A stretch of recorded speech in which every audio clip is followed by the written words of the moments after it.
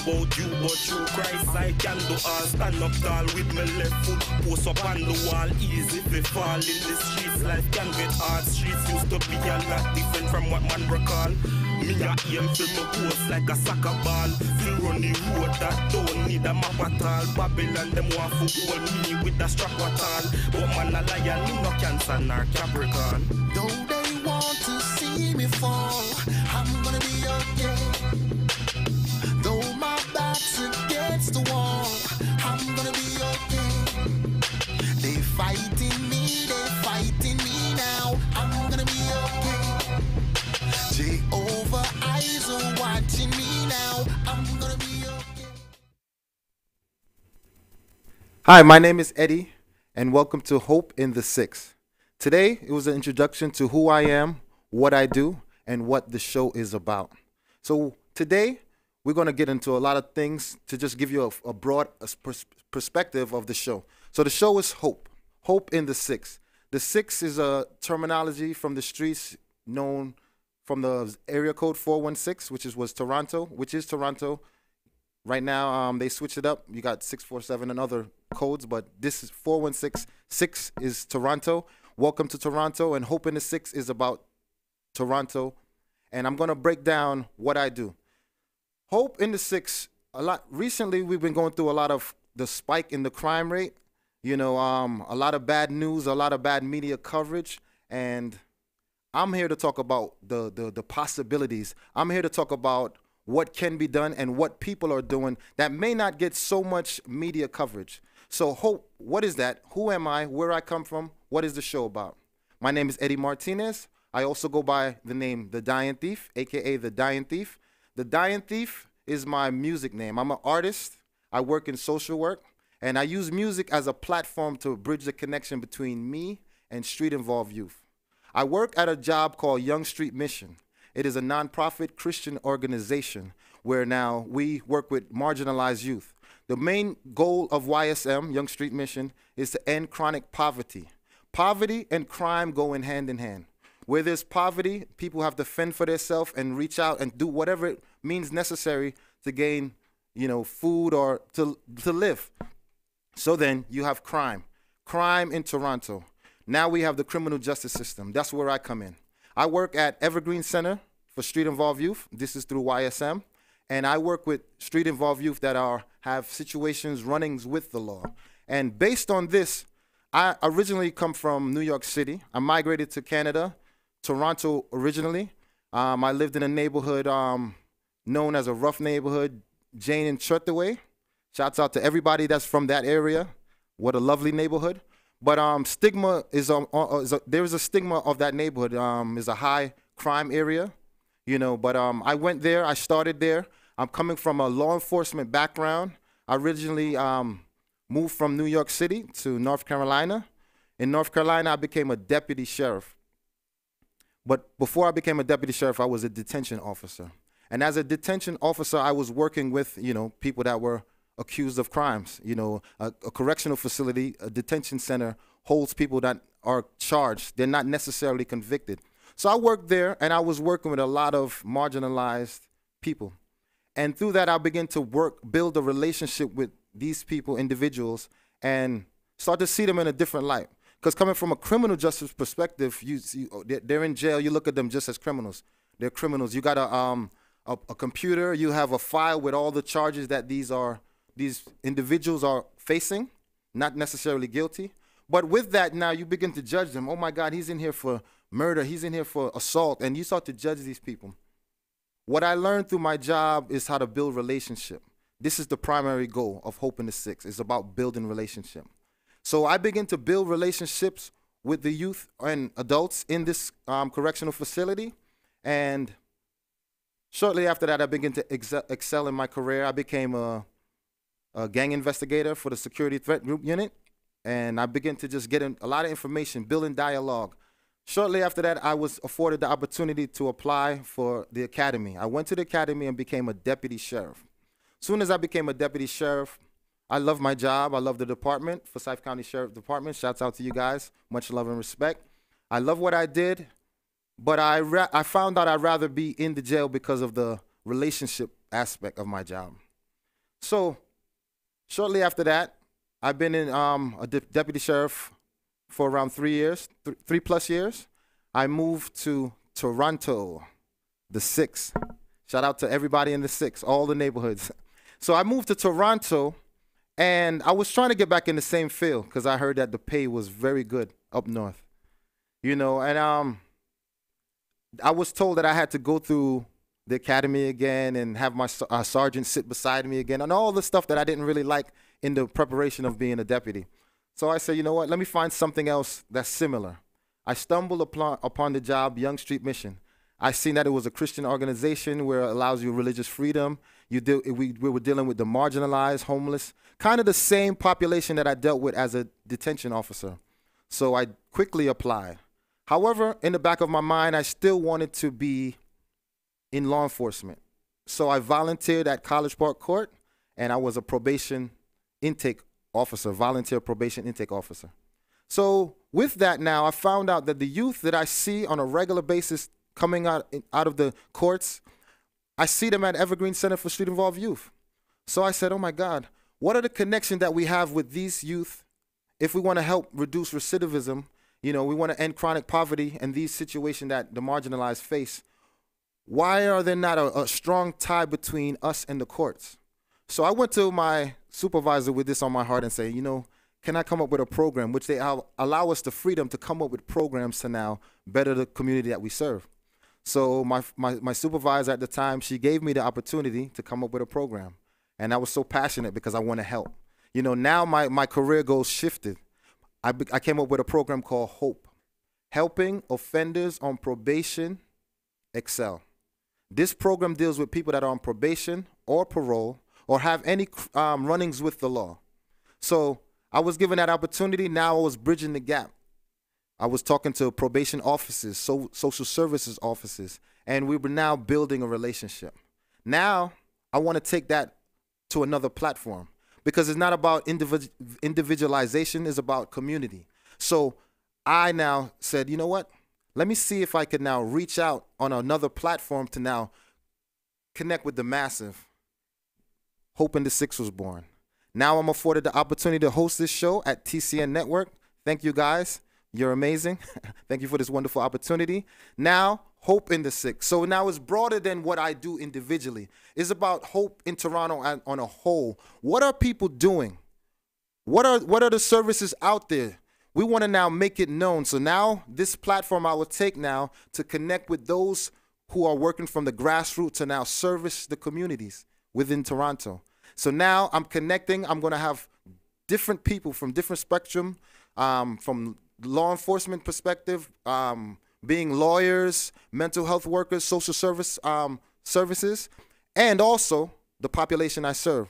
So these will be my guests now. I'll have youth that are facing marginalization, hard time finding employment, hard time maintaining a house or keeping employment. So I'm going to have these type of individuals on the show because it's good to even talk with the community members that are helping and serving the community, which we will have, but also we will now hear from, as they say, is a quote, from the horse's mouth. So you're going to hear their side of the story. We're going to share it. So right this moment, I want to go into a little video segment and then let you get an understanding broader of Eddy, the dying thief. Have you ever thought about the thieves on the cross? Life that was lost, how they were caught. What did they do? How did they live? When they were kids, how they grew up? Who screwed up? Was it by choice or circumstance? How they met Jesus? Was it all by chance? Did they even realize what's going on with the Savior? Were they neighbors? What regulated their behavior? One thing I do know, they both weren't innocent. One had a fainting heart, other one was militant. From the outside, we both look the same. But if you get to know me, homie, your mind would change. You judge from the outward, but God knows the heart. If this you understood, you had to change your heart. But now y'all slay me down to sleep. I pray the Lord my soul to keep. And when the flesh dies and my soul awake, I pray to be in paradise for Christ's name's sake. Go ahead and crucify me. I know the world, y'all never like me. They got me tightly, never to be taken slightly like away with them. The crown saying, man, don't play with them. Put a nail in them, man, get them, man, get them.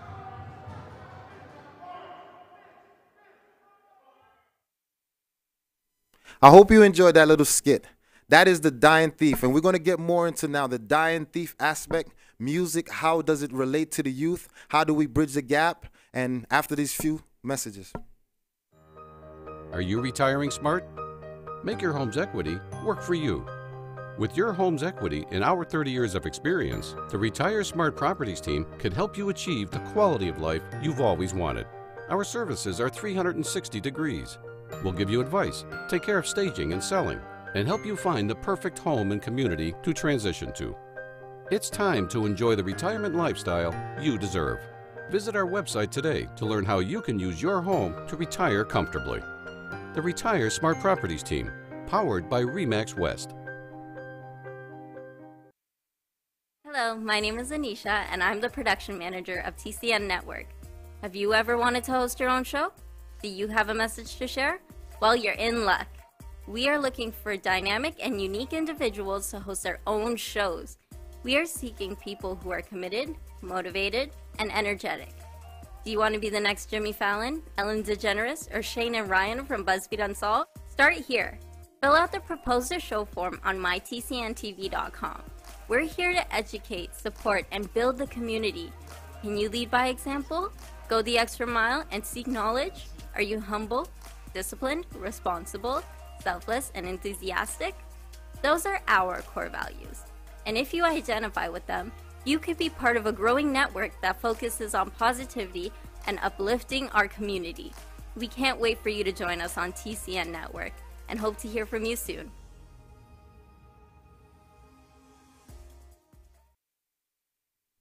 Welcome back to Hope in the Six. I'm your host, Eddy Martinez. Before the commercial break, we showed you a skit, a musical skit by The Dying Thief, which is myself, Eddy, a.k.a. The Dying Thief. And this song, this little skit was breaking down the justice system. And I use metaphors. I use actually scriptural inspiration to now bring across this message. So in the little skit, you hear me say, have you ever thought about the thieves on the cross, life that was lost, how they were brought, how they were lived, how they rose up, you know, when they were kids? Was it their choice or was it by circumstance? How did they meet Jesus? Was it all by chance? So now I was breaking down, though I used the biblical principles, I was breaking down now the justice system. In the criminal justice system, I want to break down the three aspects. And I use the Bible to now use metaphorically to give you that the imagery or allegory. So you in the criminal justice system, you have three types of people. You have the innocent. Jesus was innocent. You know, we had the two guilty. These are the two thieves. This is where my name comes from, and I'm going to break down why did I use that name to connect with these youth. So you have Jesus and two criminals beside him. You know, I said, have you ever thought about the thieves on the cross, life that were lost, how they were taught, how did they live when they were kids, how they grew up, who screwed up? Was it by choice or circumstances? So now I'm breaking down now the two other criminals in the justice system. Because one is the one who's innocent. He probably was at a wrong place, wrong time, or fit a description. So he's innocent. So the focus is not on him. That's why I said, have you ever thought about the thieves on the cross? Because now we go into the guilty. There were two individuals who were guilty. Going down further in the story, the two guilty, one of the guilty was just adamant about it. He didn't care. He just was like, you know, this is me. This is who I am. These are the individuals you would have in the justice system. Some don't care. This is their lifestyle. They just commit crime, and there's no remorse, and that's it. That's just it. You know, with them is a whole different situation. But with the other thief, he had a change of heart. He had remorse, and you know, he said, remember me. So metaphorically, now I'm breaking down the justice system and now zooming in on a dying thief who was like, remember me. Hope is all about second chances. We do make mistakes, you know, but if we could recognize our mistake, there is hope. There is a possibility of change. So now this thief was like to Christ, he said, remember me when you go into paradise. So he's just like, you know what? You know, I know I did wrong, but just remember me. You know, a lot of these guys, when they get locked up, or girls, when they get incarcerated, they become forgotten. You know, sometimes their friends who they hang with on the street don't write them, don't see them. It's a whole different story. Remember me, you know. But his remember me is of remorse, you know, just of his life. Everything was just at that moment, I'm going to die, you know. Hope. It was a last minute hope, and he did receive the hope. So what I'm saying, there are those two type of individuals that we deal with. The one that is not trying to change, doesn't care for change. But the one who want to change, we can help them. They are there. These are the type of people we will see in the criminal justice system. 3 type of people. 2 going to be guilty. 1 is innocent. 1 of the guilty now have a change of heart. Later down in that skit, I said, from the outside, we both look the same. But if you get to know me, homie, your mind would change. You judge from the outward, but God knows the heart. If this you understood, you will have a change of heart. So now I'm talking about if people understood that, because now everybody who wears that jumpsuit is just criminals. Everybody who's in jail is just criminals. As I started off in the detention facility, they were just criminals until I got to know individual. And then I start to see a light and say, you know what, not everybody's the same. So I backed off on the judgment. I backed off of the stigma, you know, that everybody see. You see them guys daily in this uniform and they're just criminal to you. You know, so, you know, my heart now began to be connected and touched. This now, through this, I was able to now build a relationship. So that video is now just to give you an understanding of, and I used a biblical metaphor, which is the strongest metaphor for you to understand. This is the criminal justice system. This is what we work with. This is the population. So now me, Eddy, a.k.a. the dying thief. In this hip-hop, this is now the trend of the world. Everybody love hip-hop. There's other music genre, but hip-hop is like a big platform where people could use their voice. As a child, I used to be in a rap group, me and my older brother, you know, and gave it up a long time ago. But working at Young Street Mission Evergreen Center, I see a population that's very inclined to the music. And I know that music is a language, and I used to do it. I didn't forget where I came from and the life I used to live in, that story. So I still had it with me, but I didn't utilize it. So now I hooked up with a young man named Jason. Shouts out to Jason. He now make beats. So he would play beats occasionally, and these youth would now rap. And hear me, I'm old school, I'm an older, you know, individual. I said, oh man, that's garbage, that's mumble rap. And they were like, can you do better? So I said, yeah, I could do better. So then I start to now tap into now my talent from a long time ago. So I start to rap, freestyle, and they're like, oh, and going crazy. And I said, you know what? I'm going to get into this. So I said, hey, Jason, give me some beats and let me make some music. Because I understood that it was a language that they can connect with and associate with. So then I got back into that, and I now have to find a name. I have to, you know, kind of rough name. And there was no better name than the Dying Thief because what it represents. So now I'm Eddy, you know, the youth worker, the Hope Program coordinator, but I'm also AKA the Dying Thief. Check out this next video. Hello, my name is Anisha, and I'm the production manager of TCN. I am a street youth kid. Currently, I am struggling with extreme family problems with my mother, drug problems, as well as court problems. Family has never really been the best. Me and my mom loves me to death. She's the most amazing mother I've ever had in my life. I'm so lucky to have her. But the way we are together is not very positive, nor I guess we just don't work together in a close setting. And I think a lot of it has to do with me and my anger and me learning to just accept when someone says no, that kind of thing. The drug problem is, for 4 years, since I was on and off the streets, I kind of stopped caring and went from not so strong drugs to extreme harder drugs, which brought me to addiction and relying on using drugs to numb my pain instead of coping with what I need to cope with. And my legal problems, well, those are all over the place. I got into a lot of trouble downtown here, boosting liquor bottles, stealing mom's car, taking credit cards, assaults. I guess you could say I found fun in the wrong places without hanging around people that were a better crowd. And in this case, now I have to fix that, and courts are not looking the greatest right now for me. They want my blood. I love everything that involves being outside and being active. I horseback rode for a good chunk of my life. I swam a lot. It helps me with a lot of coping. Biking, walking, everything. Playing with my dog. My best coping mechanism would be listening to music, going for a walk. That is the ultimate. Nothing can top that.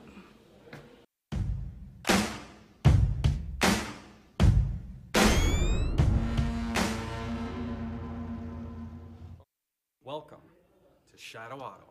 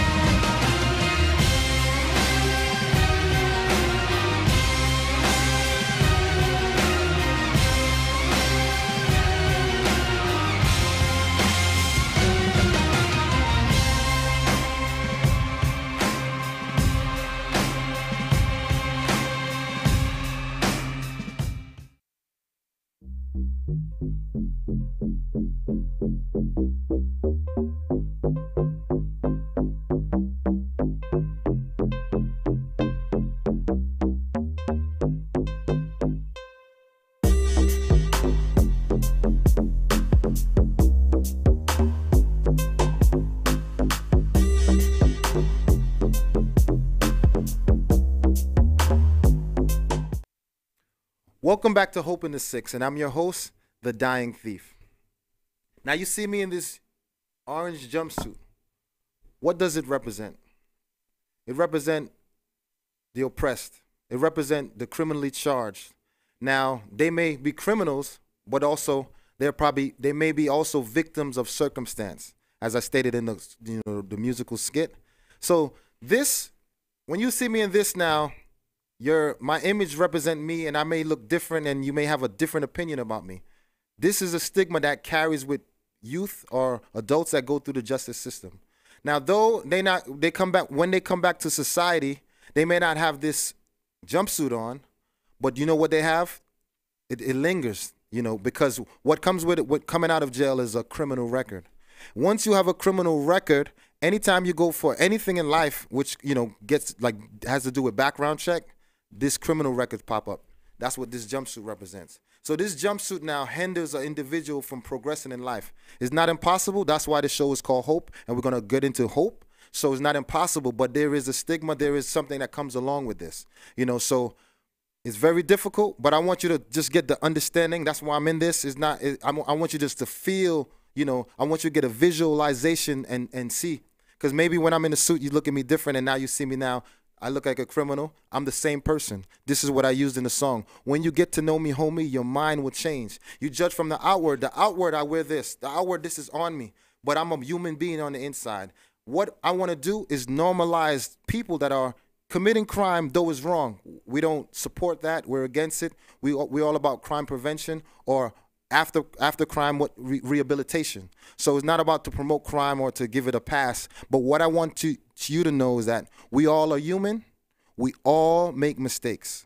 Some of us has just not been caught. Some of us not has been criminally charged. But we have done something in our life at some point, or even up to now, that we're not facing that judgment.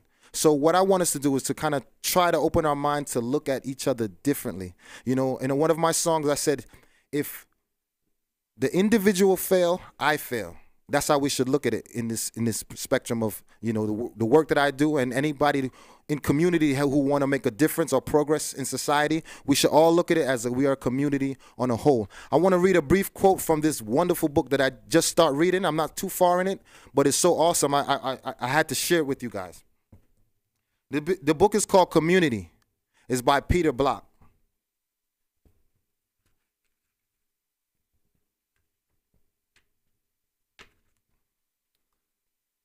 Look what it says. Listen what it says. The essentials challenge is to transform the isolation and the self-interest within our communities into connectedness and caring for the whole. The key is to identify how this transformation occurs. We begin by shifting our attention from problems of community to the possibility of community.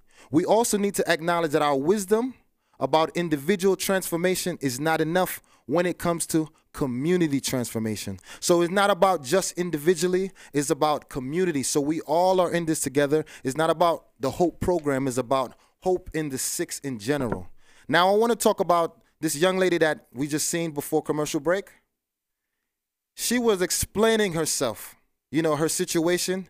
And if you look at her, I'm glad she wasn't in this because it would give a worse impression. But seeing her in regular clothes and not in cuffs, you know, it give you you get to now connect with the heart and the individual more than just being blocked by what you see. Because in society, what we see is what we judge by. We go by the eyes, but the eyes can deceive us at times. So this young lady spoke about her issues with the law, family issues, drugs issues.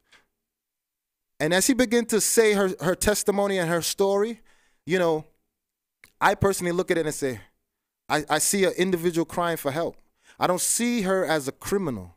You know, through the law, through the justice system, yes, she's a criminal. Yes, based on what she's done. There's crime aspect. Yes, so that is that. But what I'm saying is, can we not see the individual? Let's try to look past that, because if we don't, we will not be able to help them. We want to go beyond what we see. We want to give a little help. We want to see them in a different light. And that's what go back to the first skit. If you get to know me, homie, your mind will change. You judge from the outward, but God knows the heart. If this you understood, you have a change of heart. So what I'm trying to do is get us to have a balanced understanding, a balanced perspective, because some of our perspective is too high, too low. I used to be an officer, you know, so then I know the criminal justice aspect. I used to be on the streets, so I know both sides. And to tell you the truth, with the population I serve, when they found out that I was an officer, it broke some of them their hearts. They were like, oh my goodness, I can't believe it. And I said to them, I said, am I not the same person? They said, true, true, true. Am I not good to you? How am I as an individual? Don't look at, you know, what I've done. And this is on the flip side. Don't look at what I've done. Look at who I am. And that's the same thing. Yes, I was an officer. Yes, I work with that. But don't judge me based on that, you know, between your bad experience, you know, because not all officers are bad. We have good officers. We have good and bad of everything. We have two, you know, the good and the bad. And, you know, I said it earlier, but I want us to understand that. So their heart were broken, but they were able to overcome that. Some who don't know yet and may be tuning in, yep, I was an officer. You know, so that's my background, and this is who I am, and this is my passion. I want you to just get a full understanding. But at this time now, I'm going to go into another portion. I'm going to go into reading letters. On this show, you're going to have me reading letters from inmates. I want you to get a more understanding. So I showed you the clip. We'll have them live on the show, and also you'll hear me reading letters. So at this time, I'm going to go right into a letter.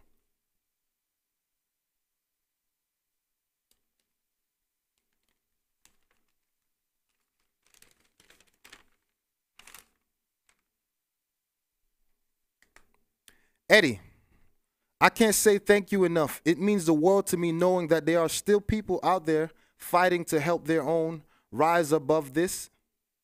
Bleep, bleep. You came into my life not knowing a thing about me. And yeah, your job is youth work, but you are a very, very genuine person. Your methods don't seem forced. There is a certain fire inside you, a love deep down that you have for your community. I know we met through a phone call, then a prison visit, but that don't stop me from observing your willingness to help young adults like me and youth alike get out of this hole we put ourselves in. I got your community support letters. Unfortunately, I was not granted parole due to residence and start date issues in terms of employment and programs, which is stupid to me because who know if I would be released. Please thank those folks alongside you who were there to help with the process. Looking forward to meeting you all in April 2019, God willing. I still read my Bible and daily bread, read self-help books, and exercise to remain sane. My little brother was murdered in December, and in January, my cousin lost his life to gunshot as well. So it's been a wild ride, locked up for 17 months. By the time I get out, it will be 24 months, all in all. I'm still breathing, and God got a plan for me. Just keep pushing what you're doing. It's inspirational to me. I'm a music guy, so I express my work through song and poetry. Write me back. Until we meet again. P.S. My phone line is cut. Me and my girl ain't together no more, so it's been a struggle, but I will still try to call you from jail. Peace, brother. C.E.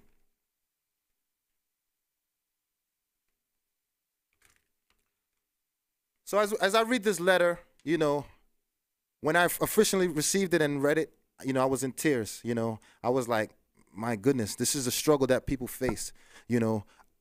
Working so closely with the marginalized, I'm able to see the human more than the crime, you know. There's crime and there should be penalty, yes. But in the community correctional services, we really should focus definitely on rehabilitation.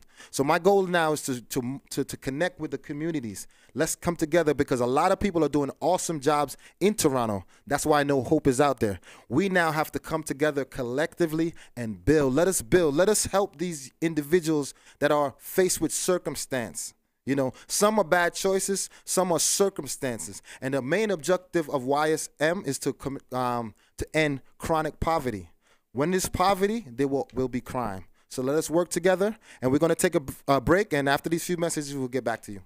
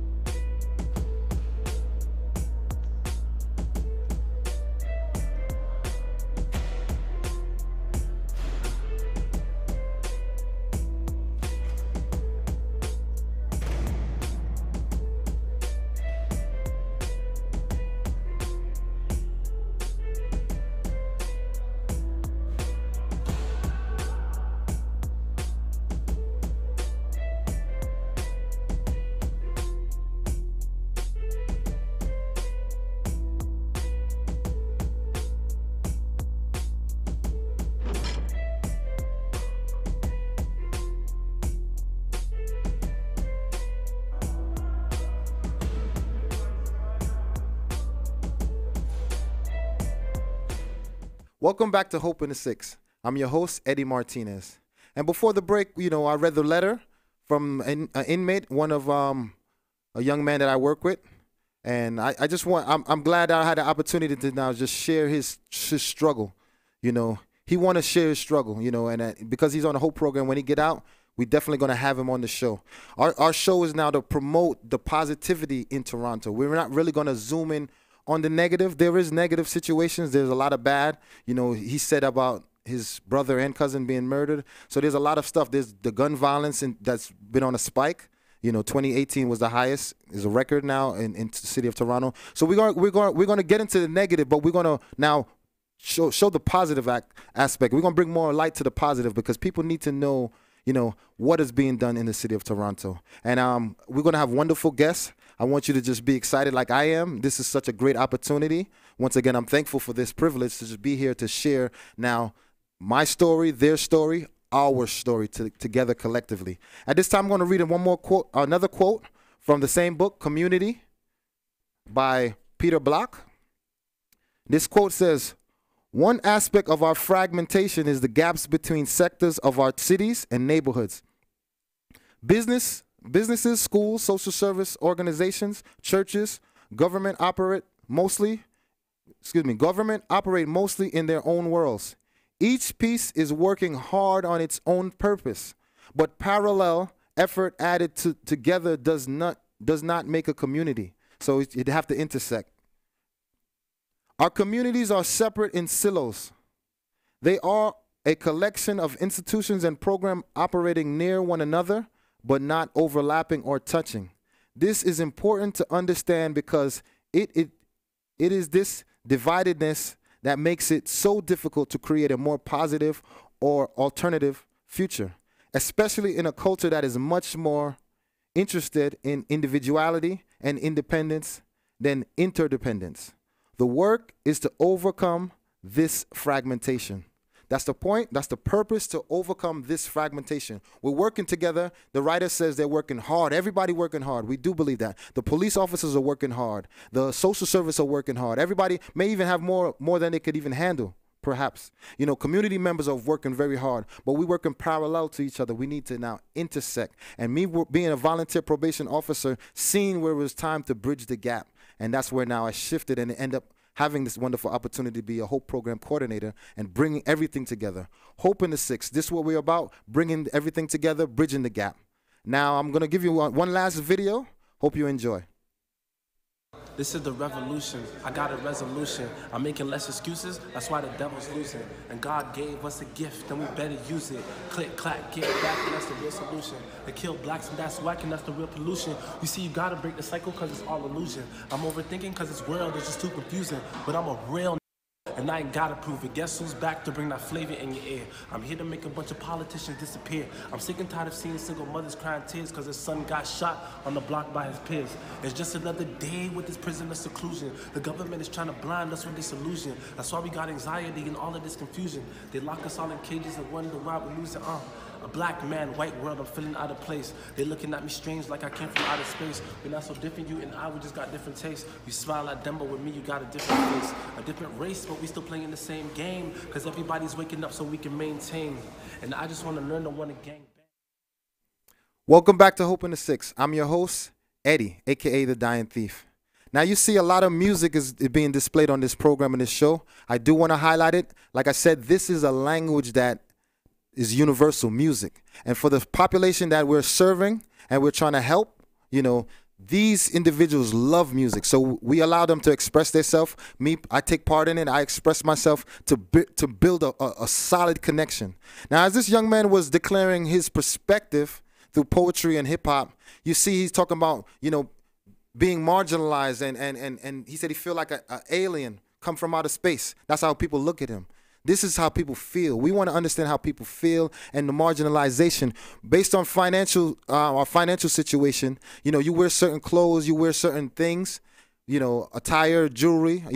These things make you look a certain way to certain people. We all have a way of what is socially acceptable to us. So we see a young man with his pants hanging down. We probably say, hey, what's wrong with that? Oh, that's something wrong with it. And me personally, I have a personal problem with that myself. However, when I was younger, I did sag my pants. Not for the same reasons. I sagged my pants because I was wearing my older brother pants and it was too big for me. So it was falling down plenty times. And my belt, I had to draw it really, really close. And the reason I share these personal experiences and stuff like that, I want you to feel me. This is real. This is reality. It's not about just being here talking or for fans or media attention. This is real life, real situations, real emotions, real people. So I'm going to be real with you, as real as I can be. You know, so this is Eddy, aka the Dying Thief. This is what I'm about. This is where I'm from. You know, it's all about helping Toronto. You know, I came from the U.S., but now I'm a permanent resident working on my citizenship. Yes. So I am a Torontonian. I'm invested in that. This is where I work. This is where I came and reside when I first came to this country. So it's all about hope in the six. I'm going to focus on what we're doing to build. It's about building. We want to get rid of the fragmentation in the community building sector. We want to just come together and rebuild this city, wonderful city of Toronto. We want to let them know there's hope out here. You know, though we are going through the struggles, as the intro, my song, though they want to see me fall, I'm gonna be okay. Though my back's against the wall, I'm gonna be okay. They fighting me now, I'm gonna be okay. Jehovah eyes are watching me now. I'm gonna be okay. Stay tuned to Hope in the Six. I hope you enjoy yourself. You can find me on Twitter at Thief Dying, or you can find me on Instagram at The Dying Thief. You can find me on Facebook, The Dying Thief. You can find me on LinkedIn, Eddy Martinez. Stay tuned and be blessed until we meet again. Hope in the Six. I walk through the valley of the shadow of death, I'm gonna be okay. I will fear no evil, that will my rod and my staff.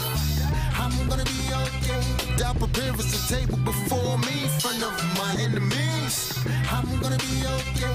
Thou anointed my head with oil, and my cup runneth over. All on my shoulder, I'm a soldier, Lord, I told you, run with Jehovah. So nobody can test. Every day of my life, I'm blessed. Yes.